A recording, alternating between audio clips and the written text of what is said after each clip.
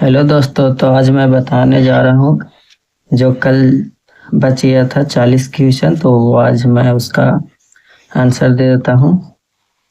ये सब कल हो गया था, ये हो गया था, यहाँ तक हो गया था। एस्ट्रोजन क्या है, जो मादा हार्मोन था। तो आगे हम आते हैं 41 नंबर क्वेश्चन। संगमरमर का सूत्र क्या है? तो संगमरमर का सूत्र होता है CaCO3। ऑप्शन सी सही हो जाएगा। निम्नलिखित में कौन प्रबल अम्ल है? तो प्रबल अम्ल H2SO4 भी है, HCl भी है और HNO3, यानी सब है प्रबल अम्ल। ठीक है, तो 42 के डी हो जाएगा। कोई विलयन नीले लिटमस पत्र को लाल कर देता है तो उसकी संभवतः पीएच मान कितना होता है? तो 7 से कम होता है, यानी यो अम्ल कहलाता है। और अम्ल का पीएच मान 7 से कम होता है। आगे चलते हैं, देखते हैं 44 नंबर क्वेश्चन। बुझा हुआ चूना का सूत्र। तो बुझा हुआ चूना का सूत्र होता है CaOH का होल 2। ठीक है, CaO नहीं होगा, CaO काली चूना का होता है। CaOH का होल 2 होगा।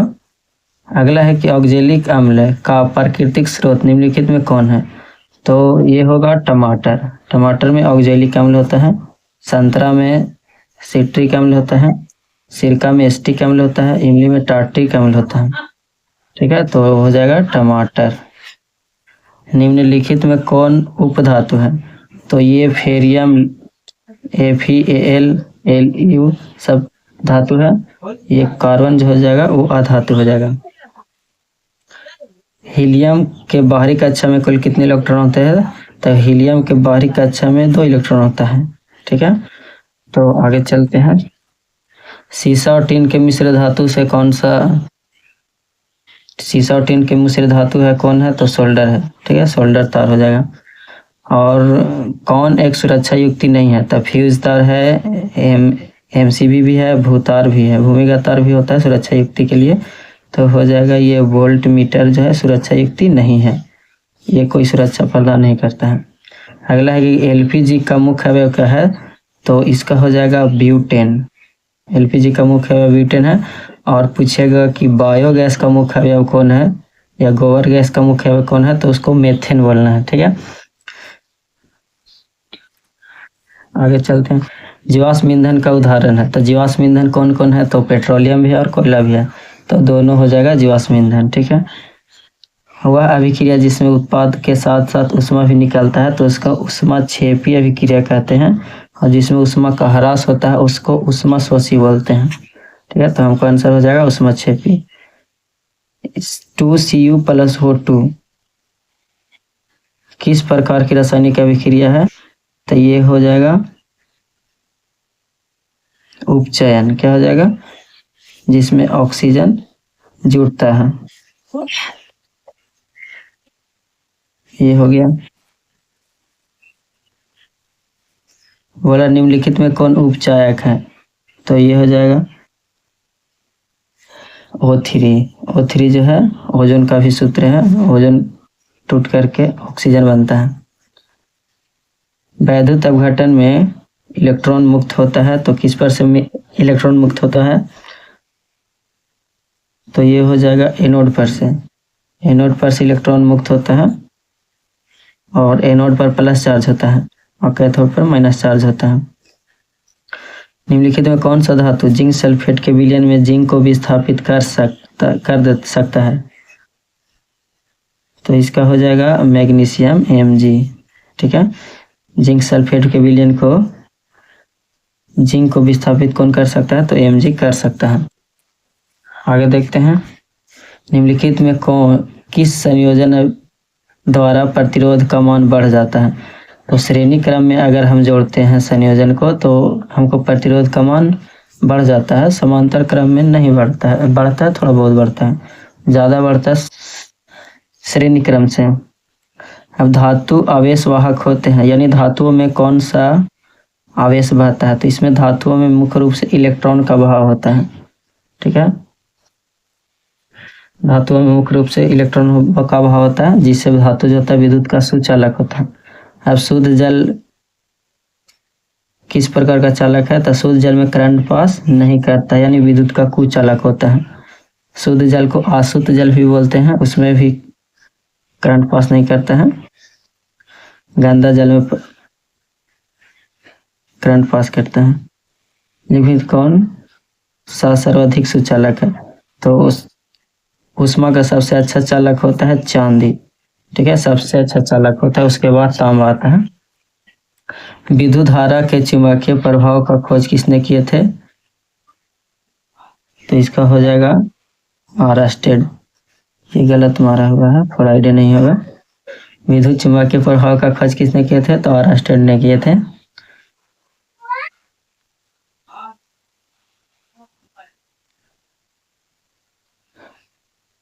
आगे चलते हैं। फ्लेमिंग के बामहस्त नियम के अनुसार मध्यमा जो है अंगुली के क्या दर्शाता है? तो ये मध्यमा धा से धारा याद रखना। मध्यमा जो है विद्युत धारा की दिशा को निरूपित करता है, और अंगूठा जो है बल के, और तर्जनी जो है चुंबकीय क्षेत्र की दिशा को निर्धारित करता है।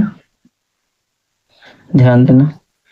हमारे मतलब भारत के घरों में आपूर्ति की गई प्रतिवर्ती धारा की आवृत्ति कितना होता है? तो इसका होता है 50 हर्ट्ज आवृत्ति होता है। वोल्ट जो होता है 220 वोल्ट होता है। तो यहाँ खाली आवृत्ति पूछा है तो 50 हर्ट्ज हो जाएगा।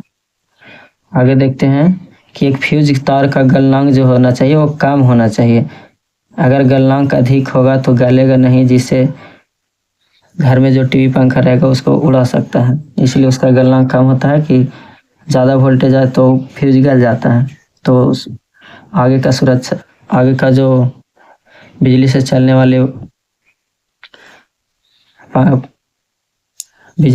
वाले जो सामान होता है वो बच जाता है। अब पारा किसका अयस्क है? तो पारा का कौन सा अयस्क कहता है? ये होगा सिनेबार। बॉक्साइट जो है एल्युमिनियम का है। मैग्नेटाइट लोहा का है। हेमाटाइट लोहा का है। ठीक है। निम्नलिखित में कौन सबसे कम अभिक्रियाशील धातु है? तो सबसे कम अभिक्रियाशील धातु हो जाएगा लोहा। ठीक है, लोहा सबसे कम अभिक्रियाशील धातु है। इसमें ऑप्शन के अनुसार लोहा है। इससे सबसे कम अभिक्रियाशील धातु होता है सोना। तो यहाँ सोना नहीं है तो लोहा हो जाएगा।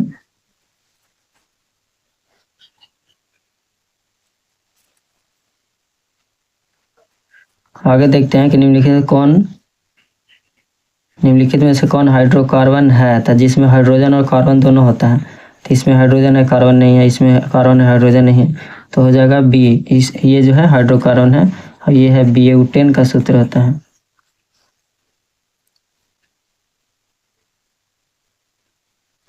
अगला है कि OH माइनस OH जो क्रियाशील समूह है वो अल्कोहल का होता है। ठीक है। मेथेन में कितने सहसंयोजक बंधन होते हैं? तो मेथेन में 4 सहसंयोजक बंधक होते हैं। मेथेन का संरचना होता है ऐसे होता है। तो 4 गो सहसंयोजक बंधक है। 1 2 3 4 4 सहसंयोजक बंधक है। फ्लोरीन 60 की आकृति जो होता है, कार्बन 60, फ्लोरीन की आकृति कितना होता है? कैसा होता है? तो फुटबॉल की तरह होता है। कैसा होता है? फुटबॉल की तरह होता है। अगला है कार्बन आवर्त सारणी के किस वर्ग का सदस्य है? तो कार्बन जो है वर्ग 14 का सदस्य है। कार्बन जो है वर्ग 14 का सदस्य है। आवर्त सारणी में कितने आवर्त होते हैं? तो आवर्त जो होता है 7 होते हैं, और वर्ग जो होता है 18 होता है। याद रखिएगा। आहार नल के किस भाग में पाचन क्रिया पूर्ण होती है? तो ये गलत माना है। छोटी आंत में क्रिया पूर्ण हो जाती है, और स्टार्ट होता है मुख से। पाचन की क्रिया मुख से स्टार्ट होकर छोटी आंत में पूर्ण हो जाती है। आगे देखते हैं। मृत जीवी पोषण का उदाहरण है। तो मृत जीवी का पोषण का उदाहरण है कावक, लेकिन कावक यहाँ ऑप्शन में नहीं दिया है। तो कावक का ही एक प्रजाति होता है जो उसको मशरूम बोलते हैं या गोबर छत्ता बोलते हैं। तो यहाँ गोबर छत्ता दे दिया है, तो गोबर छत्ता हो जाएगा। अब पित्त रस किससे स्रावित होता है? तो पित्त रस जो होता है वो यकृत से ही स्रावित होता है। ठीक है, यकृत से पित्त स्रावित होता है। मछली, मत्ता से मतलब मछली होता है। मछली का श्वसन अंग क्या होता है? तो मछली का श्वसन अंग होता है गलफड़ा। गलफड़ा को इंग्लिश में बोलते हैं गिल्स, तो गिल्स हो जाएगा। फेफड़ा जो होता है मानव का या जानवर का जो स्थल पे रहते हैं उसका होता है। नाक श्वसन अंग नहीं है, सांस लेने का एक रास्ता खाली है। छोटे छोटे कीट जो होता है कीड़ा मकोड़ा वो ट्रैके से सांस लेता है। कोशिकीय ईंधन किसको बोलते हैं? कोशिकीय ईंधन किसे कहते हैं? तो ग्लूकोज को कोशिकीय ईंधन कहते हैं। अगला है किण्वन किस क्रिया पाई जाती है? तो ईस्ट में, ईस्ट में किण्वन की क्रिया पाई जाती है।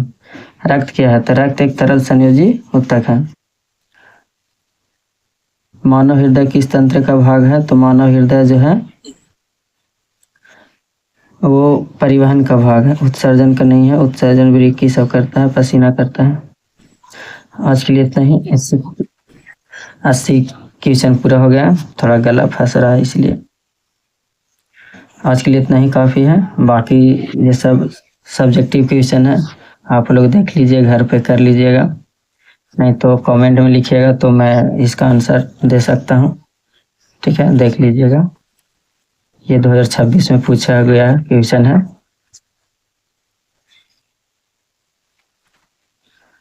ये है बायोलॉजी से, बायोलॉजी का दीर्घ उत्तर ये हो गया खत्म। ठीक है, मिलते हैं नेक्स्ट वीडियो में। तब तक के लिए बाय बाय, टाटा।